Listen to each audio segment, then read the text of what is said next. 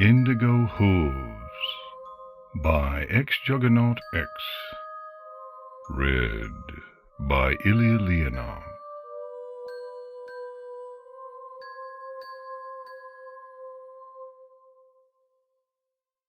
The bottle clattered against the highball glass for a moment before Gearshift set it back down on the bar. At this rate, he'd end up slopping bourbon everywhere if he didn't get a hold of himself.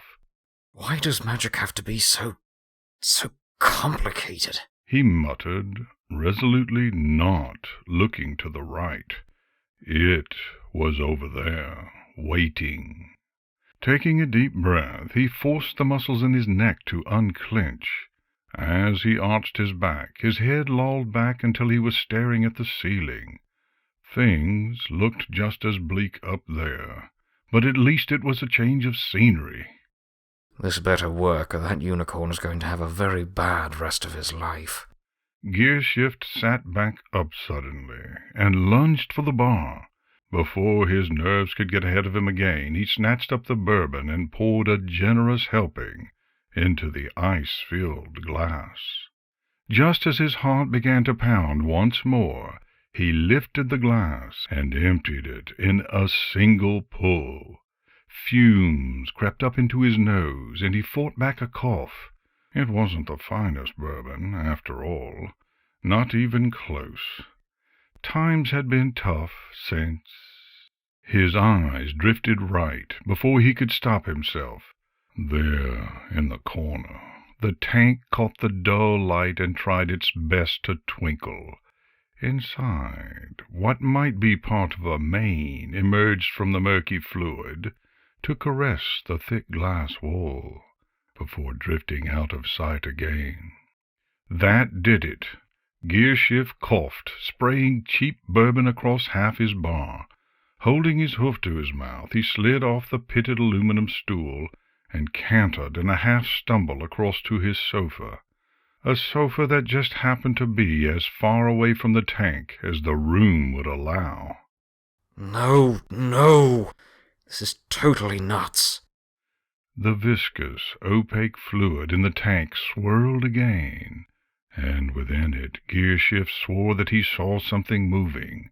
His hooves were aching sharply, and it took him a moment to realize that he was gripping the sofa's arm with enough force to make the wood creak. Okay, calm down.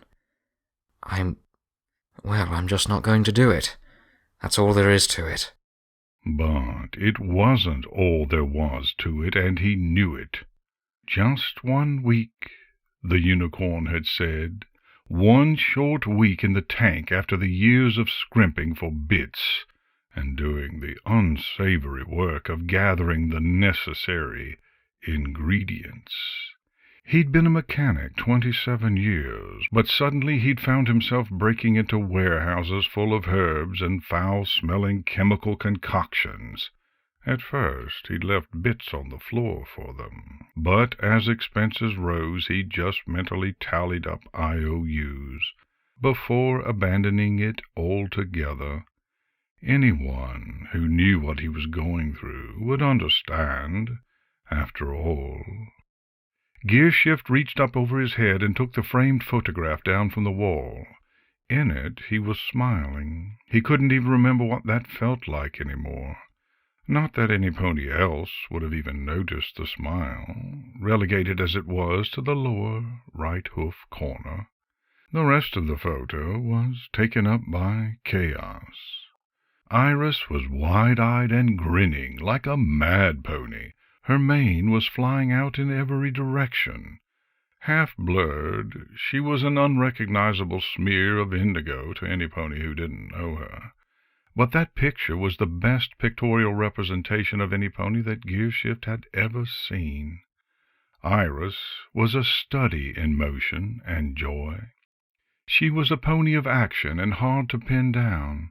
Here, a friend had snapped this shot as she'd leapt through the air, to wrap Gearshift in a crushing hug.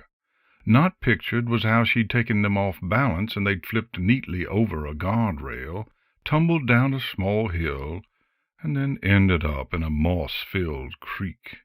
Also not pictured was how they'd laughed until they cried about it, or how they'd dried each other off, or the kisses that they'd shared later that night. If there was one thing Gearshift understood as a mechanic, it was how individual parts meshed together to make a more complete whole. And that's how it was with Iris. They just fit together right. He grounded her, while she inspired him. She was his laughter, and he was her strength. Together, they were an unstoppable force. Or rather, they had been. The photo blurred momentarily. Wiping his hoof across his eyes, Gearshift set the frame face down on the sofa. After a moment, he put a pillow over it. How could he have been so stupid? It's not like he'd never been wrong before. It's not like he was some kind of genius. He was just an earth pony who was good with a wrench. But she'd believed in him and all that he did. When he'd proudly unveiled the new glider he'd invented, she insisted on being the first one up in it. Untested! Gearshift slammed his hoof into his leg, relishing the dull ache the impact left. Idiot! It had taken them hours to get the wreckage out of the gorge. Being Iris, she'd insisted on something dramatic, and being a complete numbskull, he'd gone along with it. When the wing snapped off, and she'd plummeted out of sight, she'd given him one final glance, one that had cut him like a knife. It had been confused and slightly scared, but it also held just a hint of accusation. "You let me fall," it said. Not my fault! He yelled at the tank as he leapt to his hooves. It wasn't my idea. You wanted it! The tank was silent. The cloudy fluid inside had settled again into its uniform chartreuse. After trotting over to it, almost against his will, Gearshift reached out with a trembling hoof and lightly touched the cylinder. Not my fault. But I'm going to fix it. After all, fixing things is what he did. He'd met the unicorn in a bar. They'd both been there for hours, and Gearshift could see that they both seemed to have quite a collection of empty glasses in front of them. The bartender hated it, but Gearshift liked to keep all of his glasses right where he could see them. It was an easier way to tell the time. If there were more than 10 glasses, it was probably a sign that he ought to drag himself home. He could vaguely remember stumbling over to the unicorn and asking him what his story was. Any pony with that many glasses must have gone through something intense. He couldn't recall the rest of the conversation, but when he'd woken up the next day, he'd come out of his bedroom to find the unicorn sleeping on his couch. The next few weeks had flashed by. Turns out that the unicorn's name was Test Tube, and he'd been thrown out of the Canterlot Royal Academy after ignoring multiple warnings to abandon his radical theories. Tampering with nature, they'd called it. He just wanted to help, but they'd shown him out the door when he'd been caught exhuming a grave. Now he'd been blackballed, so he made his way trying to sell knock-off saddlebags door to door. It was hard to tell whether his sour stomach that morning was a result of the conversation or the night of drinking, but despite Gearshift's state, a fire had ignited within him. It had started as a spark of curiosity, but as the unicorn had recounted his successes with bringing back small woodland creatures, Gearshift's heart thumped its way into a steady gallop. He'd found himself agreeing to further this research on one condition. Its first priority was bringing Iris back to him. Naturally, he'd closed his shop. They'd needed the room after all. Slowly, over the next few months, its familiar features changed. Where drill presses and acetylene torches once stood, Banks of machines with blinking bulbs and twisting tubes of glass now dominated the floor. Gone were the schematics he'd pinned to the walls over the years, now replaced with pages of magical theory, too dizzying to even look at. All that was left from the old days was his old battered desk, the ratty sofa, and the bar. And a mare, one who was sealed in a tank of regenerative fluid, which was powered by a glowing bank of stone-carved runes. Test Tube had tried to explain it to him once, but all Gearshift could think about was how runes sounded almost exactly like ruin. It made his skin crawl, especially because every so often she moved. Test Tube had told him over and over again it was just an effect of the chamber's automatic mixing, but Gearshift couldn't shake the feeling that Iris's hooves were sometimes reaching out for him through the glass. Every once in a while the swirling fluid would part for just a moment, and he'd catch a glimpse of her face. He swore that her eyes were rolling behind their lids. In the early days he'd watched the tank for hours, hoping for, he didn't know exactly, a sign of life, a sign of love, of forgiveness. What he'd mostly seen was the slow regrowth of muscle and skin. When they'd removed her from the grave, the sight of her desiccated corpse had nearly driven Gearshift mad. But over many months she'd regained most of her old appearance, or at least he thought she had. It was very hard to see much more than her hooves. They were the most likely thing to bump up against the glass walls. Gearshift's eyes flicked over to the pin-up calendar on his wall. Iris used to buy him one every year. She'd said that it was the solemn duty of all grease ponies to have pin-up mares on their walls. Plus, it had given her an excuse to dress up from time to time. The thought of that intimate time together, and the red circle around today's date, sent a sizzling bolt down Gearshift's spine. No. Gearshift paced, and his eyes darted around the room. Each place they tried to settle seemed to offer up some uncomfortable memory. Times he'd spent with Iris, the work he'd done since, empty bottles stacked in an embarrassingly large pile in the corner, black clothes, shovels. At first the experiments had seemed so exciting.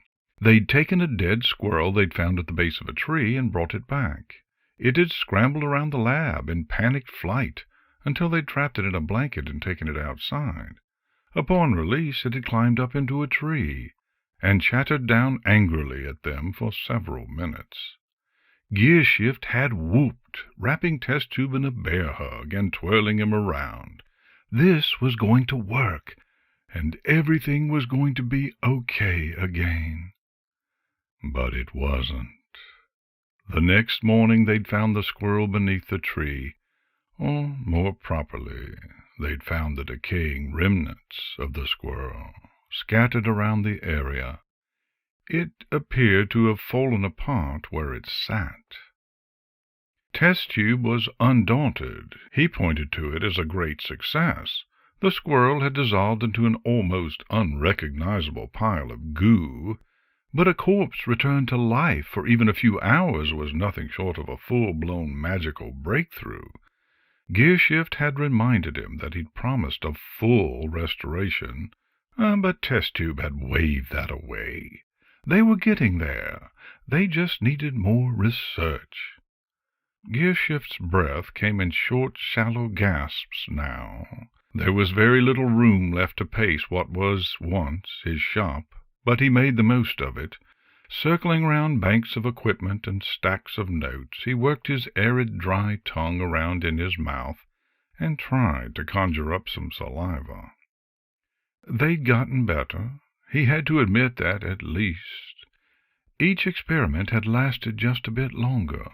The last one, a cow from the next field over named Mooreen, had been with them almost a week. She'd complained loudly about being locked in their observation shed, but in the end, she'd disintegrated, as they all had. You ready? Gearshift screamed, leaping into the air. Whirling, he half scampered, half fell away from Test Tube. Get a grip, buddy. This is the big day. Test Tube's grin seemed to stretch further around his face than Gearshift thought could be possible. Aren't you excited? Pressing his hoof to his heart, Gearshift tried to slow it from a wild gallop to at least a controlled canter. Look, maybe we should wait until we're totally sure. I am totally sure. Test Tube snatched up what seemed to be a random piece of parchment covered back and front in dense scribbles. I told you, I found the error. This is going to be the one. She's always been the one. What was that? Test Tube said absently, as he fished his glasses out of his lab coat's front pocket. Nothing. I just think we ought to try on somebody else first. Test Tube rolled his eyes. I've told you we don't have the supplies. If you want to break into more labs, warehouses, and graveyards for the next 3 years, then maybe. But I don't know how much longer that revitalizing fluid is going to last.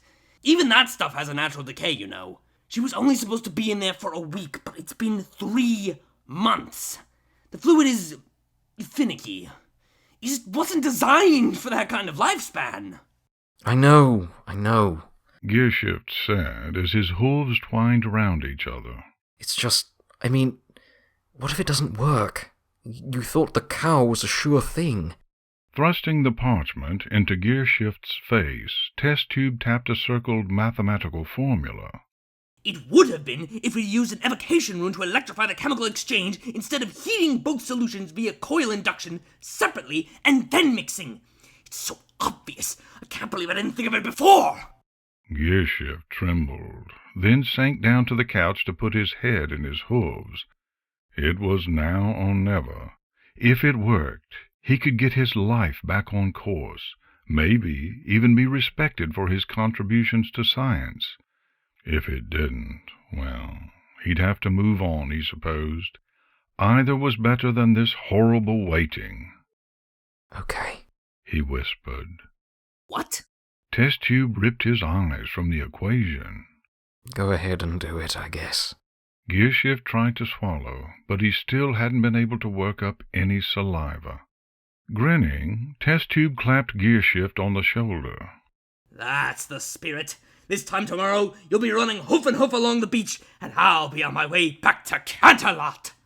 Test Tube threw a few switches, and the machinery around them thrummed to life. Come here, He said, waving Gearshift over. It took all of his will, but Gearshift dragged himself off the couch and over to where the scientist hopped from hoof to hoof. What? Test Tube motioned to a large red button covered by a chunky metal guard. I think you should do the honors. Me? Gearshift took a step back. No, With a casual indifference that Gearshift found profoundly unsettling, Test Tube flicked his hoof out, knocking the guard out of position. Look, it's not that hard. Just hit this button. The machine will do the rest. Not hard. Gearshift felt the veins in his neck standing out. Not hard? I'm bringing my wife back from the dead. There's a very good chance she'll fall to pieces in my hooves and I'll lose her forever. What about that doesn't seem hard to you?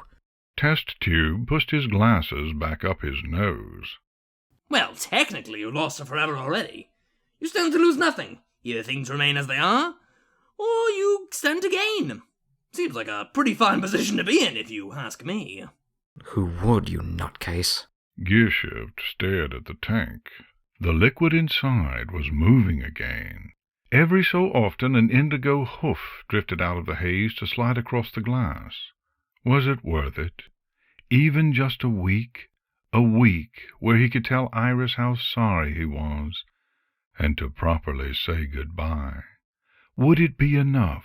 Would she hate him? Should he tell her what might come in just days? Frowning, he turned to face Test Tube squarely. Look, I think we should... Fine, I'll do it. With alarming speed, Test Tube brought his hoof up and then slammed it down on the button. And inside the rejuvenation chamber, Iris screamed. It was hard to think back on that time. The actual moments of the night seemed scattered and hazy. Gear shift wrestling with test tube, the revitalization chamber opening, the stink of the solution as it cascaded out onto the shop's floor, the thin wail from Iris after she'd coughed the fluid out of her lungs. Halfway through strangling the scientist, Gearshift had dropped him when Iris fell out of the chamber's opening doorway. He'd run to her and said things, all of the things. He'd cried and laughed and screamed them. She'd trembled and stared and coughed, trying to clear her lungs. In the end, she'd wrapped herself around him, and they were whole again. 3 weeks and 4 days later, Gearshift buried Test Tube after bashing his brains in with a shovel. At first, everything had looked promising. Iris was confused, but her personality seemed intact. Gearshift had told her that she'd been in the hospital for years, and that they'd told him that she was never going to recover. Test Tube had been his only option, so he'd tried his radical theories. Iris had asked plenty of questions, but he managed to deflect most of them by telling her that she needed more recovery time before they really got into it. The important thing was that they were back together. But as they'd set out for the beach on that summer night, a clump of Iris's mane had fallen out. It had been nearly a month, and Gearshift was just beginning to breathe normally again. He'd wrapped his hoof around her head and brought her in for a kiss.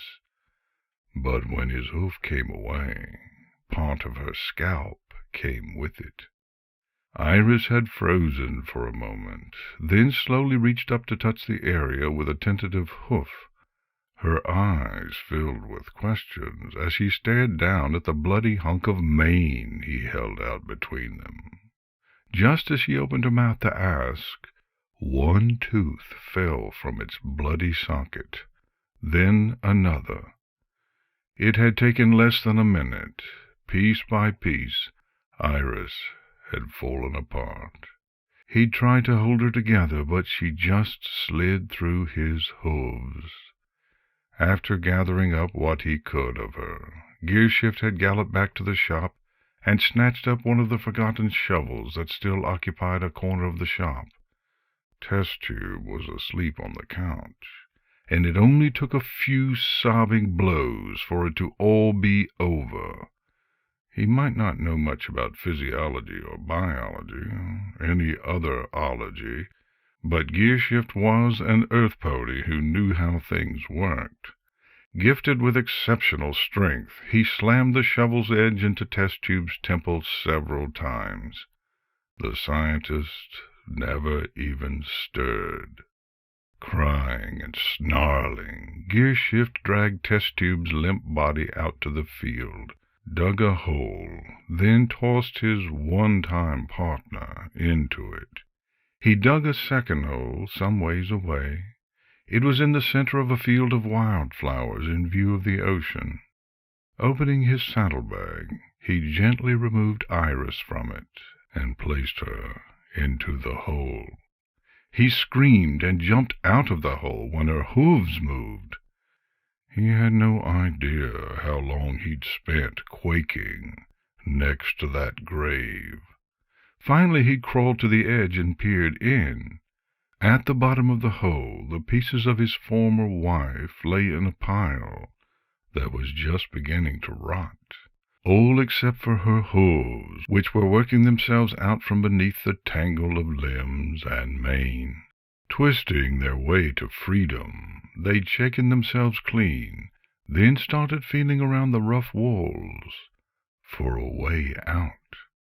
Gearshift had scrambled away, gibbering, but he couldn't ignore the scraping sounds the hooves made as they tried to climb out. He couldn't quite remember what happened after that. It seemed like he'd spent hours screaming. All at once, he realized that everything was quiet. The sun must have set hours ago, because he found himself shivering and covered in dew. Unable to resist, he crawled forward and peeked into the grave. At the bottom, the hooves tapped impatiently. Despite himself, a weak grin worked its way across his face.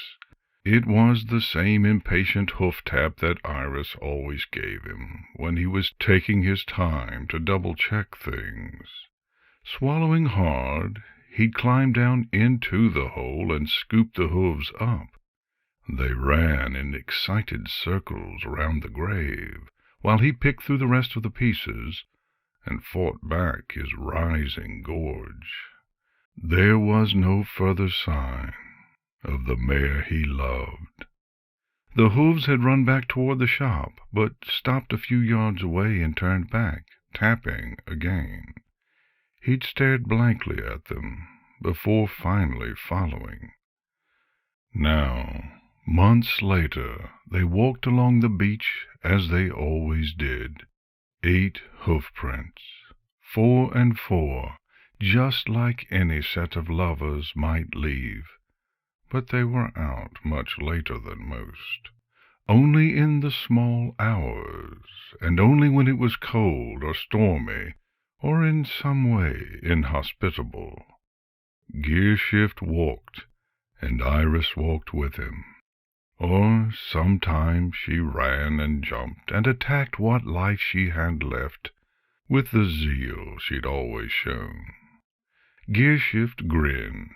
It was a small thing, the least of grins, but a smile nonetheless.